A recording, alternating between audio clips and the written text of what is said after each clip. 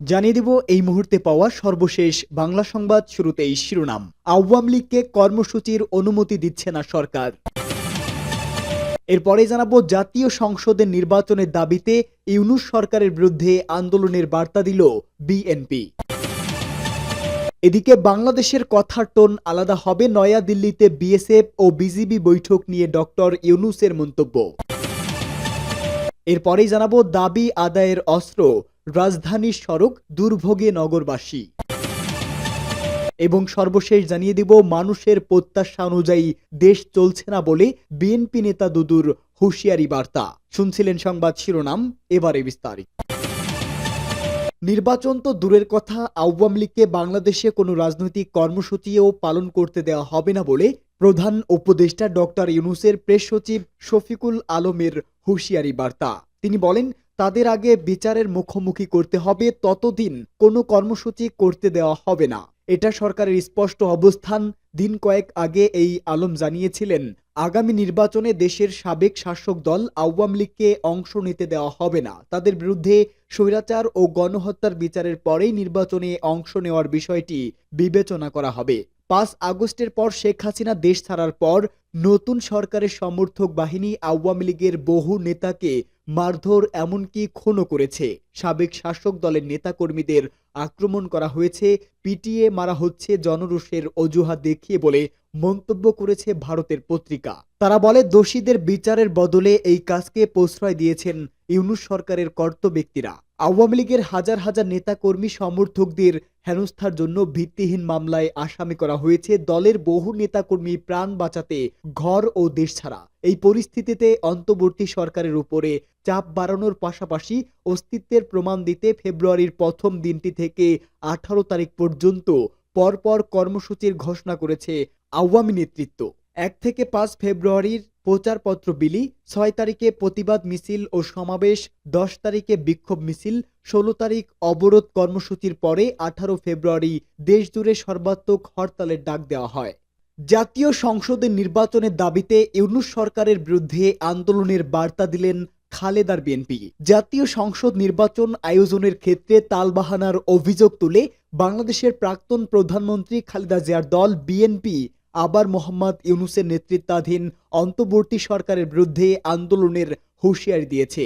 দলের সর্বোচ্চ নীতি নির্ধারক মঞ্চ স্থায়ী কমিটির সদস্য সালাউদ্দিন আহমেদ সরকারের ভুল শুধরে সঠিক রাস্তায় আনতে এবং রাজনৈতিক সরকারের পথ পরিষ্কার করতে দ্রুত পদক্ষেপ নিতে যাচ্ছে বিএনপি বলে মন্তব্য করেছেন।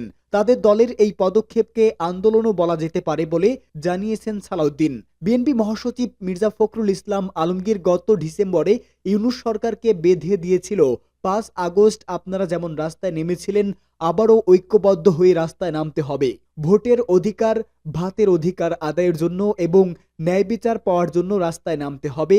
তারপর ফের হুঁশিয়ারি এলো দলের এক শীর্ষ স্তরের নেতা এর তরফ থেকে। প্রসঙ্গত, অসুস্থ খালেদা এখন চিকিৎসার জন্য ব্রিটেনে রয়েছেন। তার পুত্র তারেক রহমানও দীর্ঘদিন ধরেই সে দেশের বাসিন্দা। তারেক রহমান এবং মির্জা ফখরুল ইসলাম আলমগীর নির্বাচন পিছিয়ে দেওয়ার চক্রান্ত চলছে বলে অভিযোগ তুলেছেন অন্তর্বর্তী সরকারের বিরুদ্ধে।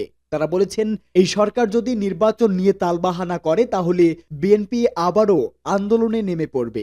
বাংলাদেশের কথার টোন আলাদা হবে, নয়াদিল্লিতে বিএসএফ ও বিজেপি বৈঠক নিয়ে বললেন ডক্টর মোহাম্মদ ইউনূস সরকার। অনুষ্ঠিত হতে চলা বিএসএফ এবং বিজেপির বৈঠকে বাংলাদেশের কথার টোন আলাদা হবে, এমনই মন্তব্য করেছেন বাংলাদেশের অন্তর্বর্তী সরকারের স্বরাষ্ট্র উপদেষ্টা জাহাঙ্গীর আলম চৌধুরী। বাংলাদেশের অন্তর্বর্তী সরকারের স্বরাষ্ট্র উপদেষ্টা জাহাঙ্গীর আলম চৌধুরী বলেছেন, বাংলাদেশে শেখ হাসিনা সরকারের পতনের পর প্রথমবারের মতো দিল্লিতে শীর্ষ স্তরের বৈঠকে বসছেন ভারত এবং বাংলাদেশ সীমান্ত রক্ষী বাহিনী বিজিবি। আগামী 17 ও 20 ফেব্রুয়ারি ওই বৈঠকে মুখোমুখি বসবেন সীমান্ত রক্ষী বাহিনী। বাংলাদেশের সংবাদ মাধ্যম প্রথম আলো অনুসারে বিএসএফ এবং বিজিবির বৈঠক নিয়ে প্রস্তুতি পর্যালোচনা বসেছে মোহাম্মদ ইউনূসের অন্তর্বর্তী সরকার।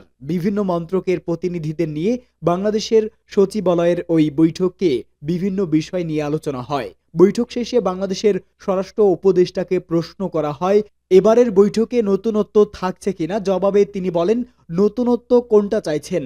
এখন নতুনত্ব হলো আগে যেভাবে কথা বলা হতো এবারের কথা টোন আলাদা হবে। জাহাঙ্গীরের বক্তব্য, সীমান্তে হত্যা বন্ধ করতে বিএসএফকে উদ্যোগী হতে হবে।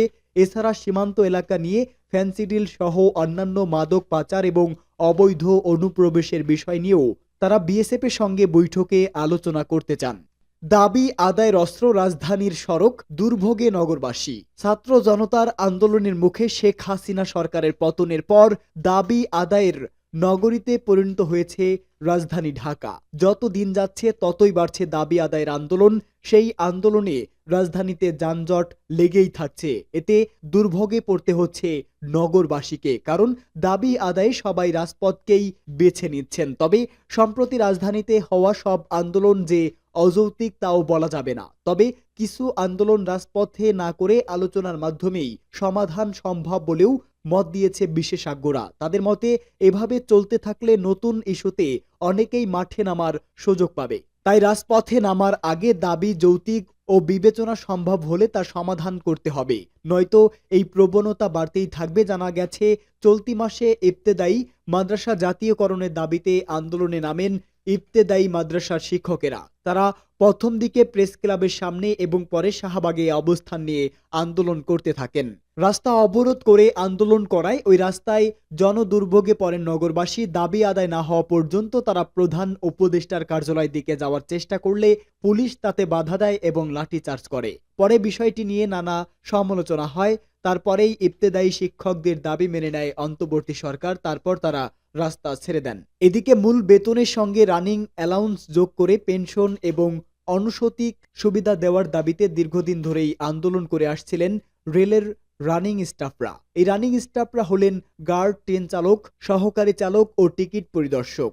এতে করে পুরো একদিন রেল যোগাযোগ বন্ধ থাকার পর তাদের দাবি মেনে নেয় সংশ্লিষ্ট মন্ত্রণালয়। এই দুই আন্দোলনের মতো ঢাকা বিশ্ববিদ্যালয়ের উপাচার্যের এক বক্তব্য ঘিরে ঢাকা বিশ্ববিদ্যালয় ও ৭ কলেজের শিক্ষার্থীদের মধ্যে সংঘর্ষ বাজে।